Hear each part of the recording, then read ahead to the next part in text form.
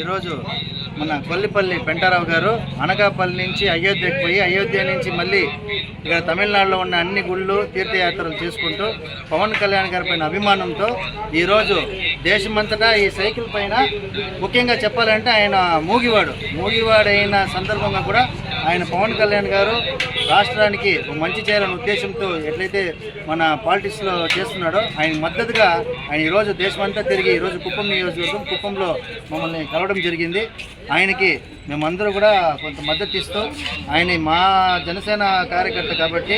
అదేవిధంగా హిందూ ధర్మం తరపున కూడా అన్ని తీర్థయాలలో మన హిందూ ధర్మం సనాతన ధర్మం కూడా కాపాడే విధంగా పవన్ కళ్యాణ్ గారిని